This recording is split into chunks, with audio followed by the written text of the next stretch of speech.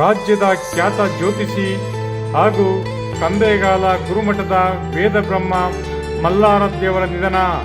ಅಪಾರ ಜನರಿಂದ ಅಂತಿಮ ದರ್ಶನ. ಕಂಬನಿ. ರಾಜ್ಯದ ಖ್ಯಾತ ಜ್ಯೋತಿಷಿಗಳು ಹಾಗೂ ಮಳವಳ್ಳಿ ತಾಲೂಕಿನ ಕಂದೆಗಾಲ ಗುರುಪೀಠದ ಹಾಗೂ ಪುರೋಹಿತರು ಹಾಗೂ ಆರಾಧ್ಯ ಜ್ಯೋತಿಷ್ಯ ಮತ್ತು ಪುರೋಹಿತ ಸಂಘದ ರಾಜ್ಯ ಗೌರವ ಅಧ್ಯಕ್ಷರಾದ ವೇದ ಬ್ರಹ್ಮ ಶ್ರೀ ಮಲ್ಲಾರಾಧ್ಯರವರ ನಿಧನ ಸುದ್ದಿ ತಿಳಿಯುತ್ತಿದ್ದಂತೆ ಅಪಾರ ಜನರು ಆಗಮಿಸಿ ಅಂತಿಮ ದರ್ಶನ ಪಡೆದು ಕಂಬನಿ ಮಿಡಿದಿದ್ದಾರೆ. ಇವರು ಹೇಳಿದ ಜ್ಯೋತಿಷಿಯ ನುಡಿಗಳು ಅಕ್ಷರಶಃ ನಿಜವಾಗುತ್ತಿದ್ದವು. ರಾಜ್ಯದ ಮೂಲೆ ಮೂಲೆಗಳಿಂದ ರಾಜಕಾರಣಿಗಳು, ಉದ್ಯಮಿಗಳು, ವ್ಯಾಪಾರಿಗಳು ಇವರ ಬಳಿಗೆ ಬಂದು ಜ್ಯೋತಿಷಿ ಶಾಸ್ತ್ರಕ್ಕೆ ಕಾದು ಕುಳಿತು ಅವರ ದರ್ಶನ ಪಡೆದು ಆಶೀರ್ವಾದ ಪಡೆದು ಹೋಗುತ್ತಿದ್ದರು.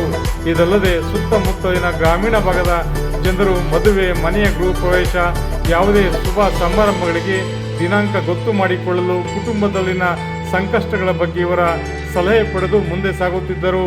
ಆದರೆ ಇಂದು ಇವರ ನಿಧನ ತುಂಬಲಾರದ ನಷ್ಟವನ್ನುಂಟು ಮಾಡಿದೆ.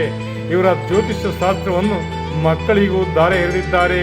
ಇದಲ್ಲದೆ ಅಂಚೆ ದೊಡ್ಡಿಯ ಎಸ್ ನಾಗಭೂಷಣಾರ್ಧ್ಯ ಇವರ ನೆಚ್ಚಿನ ಶಿಷ್ಯರಾಗಿದ್ದರು.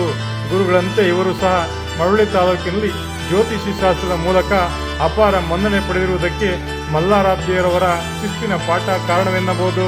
ಮೃತ ಖ್ಯಾತ ಜ್ಯೋತಿಷಿಗಳಾದ ಮಲ್ಲಾರಾಧ್ಯರವರು ಪತ್ನಿ, 2 ಗಂಡು ಮಕ್ಕಳು ಸೇರಿದಂತೆ ಅಪಾರ ಶಿಷ್ಯವೃಂದವನ್ನು, ಬಂಧು ಬಳಗವನ್ನು, ರಾಜಕೀಯ ಗಣ್ಯರನ್ನು ಅಗಲಿದ್ದಾರೆ. ಮೃತರ ಅಂತ್ಯಕ್ರಿಯೆ ಶನಿವಾರ ಸಾಯಂಕಾಲ ಗೆದ್ದಲೆಗೆರೆ ಸ್ವಗ್ರಾಮದ ಅವರ ಜಮೀನಿನಲ್ಲಿ ಅಪಾರ ಬಂಧು ಬಳಗದವರ ಶಿಷ್ಯವೃಂದರ ಸಮ್ಮುಖದಲ್ಲಿ ಜರುಗಿತು.